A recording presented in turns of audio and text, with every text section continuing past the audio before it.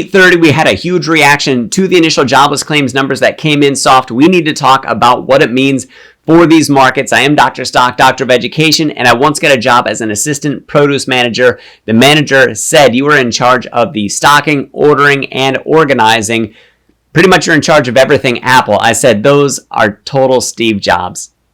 All right, the markets sold off yesterday, came in low today up until we got to 8:30, and I will show you the charts on that one, SPY, QQQ, IWM, and I also want to give the updates on Bitcoin, Tesla, and Nvidia in this video. But I do want to spend some time talking about the initial jobless claims and what we need to be looking for so that we're not kind of yanked around on a weekly basis on this. So let me put this up here. We were expecting 240,000, got 233,000, a revised 250,000. So what in the world does that mean? Well, let's go into the claims number here, and we'll start taking a look at that. And you can see we were actually higher last year, August 2023, as we're on the 1 year right now. And then now we haven't gotten back to that peak. Well, let's go out to 3 years, and then we start to get some of these pandemic splashover numbers that we have here from the high unemployment falling out from the pandemic. And what you can see is that we had a lowering, we had a kind of a resurgence of unemployment claims, and then moving over here into this year, you can see that starting to rise again. If we go to the 5 year, you can't see much thanks to this beastie right here. We'll get a better view. Let's actually jump over to the St. Louis Fed for this. And this, well, this goes back a long time. This goes back to 1967, and still the pandemic messes with that. So if we just kind of subtract that out for right now, we can start to interpret what it is that we're looking for. So if we actually look after recessionary periods, you see that drop in the initial jobless claims until you find a bottom, and then you start rising back up. And if that rises enough, well, then you hit that recessionary period. Not all that groundbreaking right now to see that happen. Let's shrink that up to look at the 80s and the 90s. There we go. So you can see just a little bit more zoomed in what it is we're looking at and then what we were facing leading up to the pandemic so far. So we had those high unemployment, those initial jobless claims dropped down, raised a little bit, not horrible, kind of bottomed out a little bit, and then that rise started coming in here. And as Miley Cyrus says, and this is the point of what I'm trying to tell you, it's the climb. So thank you for your sage wisdom, Miley Cyrus. Well, let's talk about that climb. So you have a climb, you'll notice no recession in the initial part of the climb until you break a certain point, and then we start to see that recessionary period show up. Now, mind you, that grayed area won't happen until after we've already been through at least part of a recession. So should that come at all, what I'm talking about here for the initial jobless claims is, are we starting to see a climb? Because you can see since the great financial crisis, we have that sort of drop in the initial jobless claims. And then, well, we kind of muddy the waters when we get to the pandemic because it flattens everything out because it was such a horrible time, we'll say. So even if we try to cut in just post the financial crisis. So that's what we're looking at, and then bring in the pandemic, and then it starts to mess numbers up. So we actually have to go after it. And we only have a short window after that to really see what's going on. And what you can see, thank you once again, Miley. It's the climb. The climb that we're on right now, we actually hit a low point, but we're still sort of in that climbing territory. These previous peaks, I think, are going to be absolutely critical to the markets, that if we move upward, we're not in bad shape until we start taking on August 5th of last year, 258,000. We came in lower than that, and also 261,000, 260,000. So really, we're watching this week after week to see what sort of climb we get. If we get another down week, that can be good for the markets. After seeing the unemployment number come in at 4.3%, we want to start seeing people like move back in. We want to see some tightening, and that evidence of that tightening is going to be bullish for the markets because that SOM rule being triggered, sort of further evidence that we could be in a recession right now. That's the kind of stuff that's going to mess with the markets, and that's going to be negatively received. So things that sort of fight back against that recession case that we have for the markets are going to be received pretty darn well.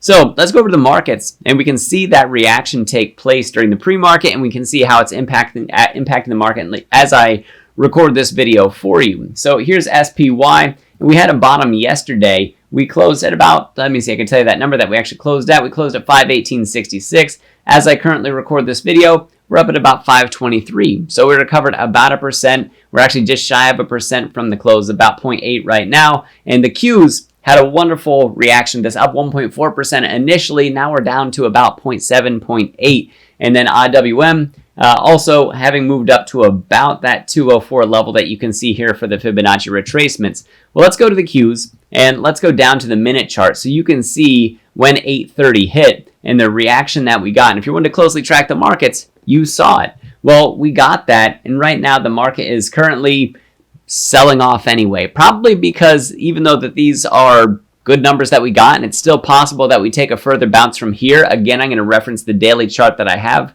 here for you, and you can see the price targets that I have on here. If we're going to bounce, these are the levels that I believe that we can bounce to. We already hit price target 1. We don't yet have evidence that we're going to fall from here and break back down, although if we break the 200-day, by the way, the 200-day is right here. If we break back down through that, we already tested it. That retest breaking back down through, that would be a very bearish thing. That sort of wipes out these price targets, then it wipes out that case for a bounce. So I'm talking about this on a minute level for something as the market develops. We came in high to the market, now we're swinging down low. It's possible that we even bounce from today. It's possible that we sell off today. These are far too choppy of a markets to try and call it on a minute by minute basis.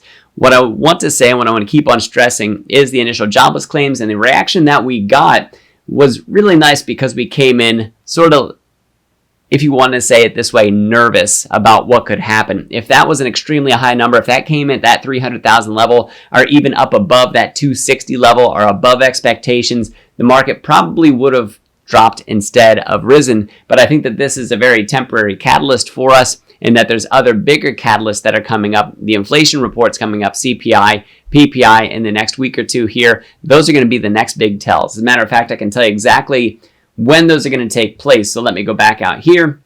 PPI numbers we actually get on Tuesday the 13th, and then CPI numbers we get on Wednesday the 14th. So next week we get to hear those inflation numbers. Those are probably going to be the bigger tells that we get. So there's actually a few things that we want to talk about in terms of inflation. So for inflation, we want those numbers to continue to come in low. We want the Fed to have reasons to continue the path that they're on for loosening those rates, so making those rate cuts happen. But we also don't want to see the inflation go so low that it turns into deflation, because those deflationary numbers could be a further signal of recession. The market could actually dump if we see the numbers come in too low for CPI, for PPI, but if there are ones that say that there's still some pricing power there, they can actually be good for the stock market, and as long as it doesn't mean resurgent inflation. So the two bad things, resurgent inflation or recession. We don't want either signal from the inflation numbers. What we want is still a cooling of inflation, something to be more normalizing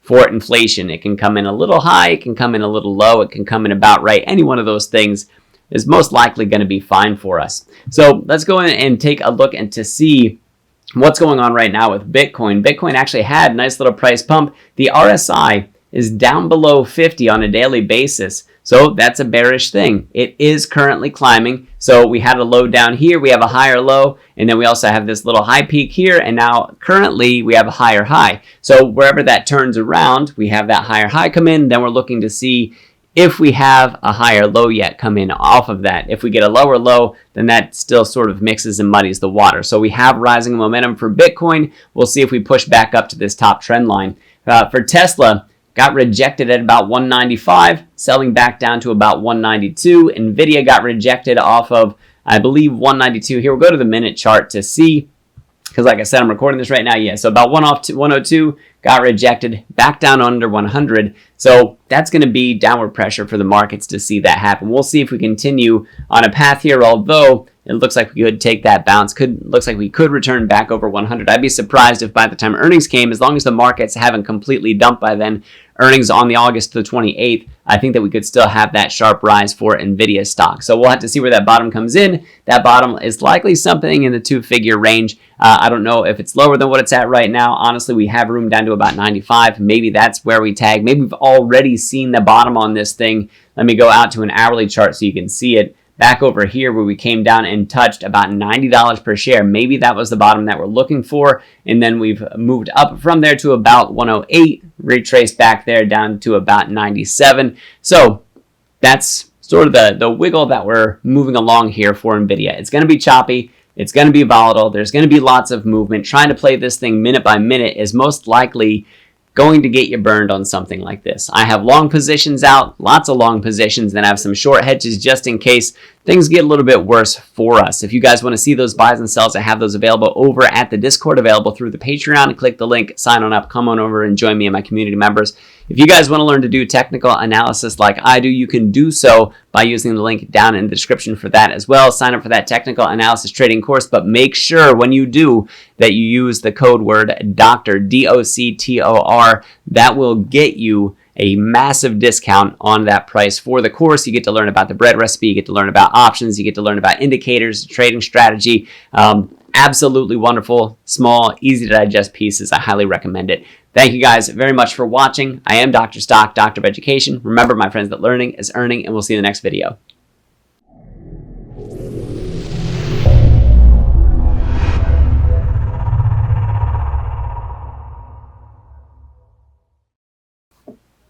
Steve Jobs. Steve Jobs, the guy who used to be in charge of Apple.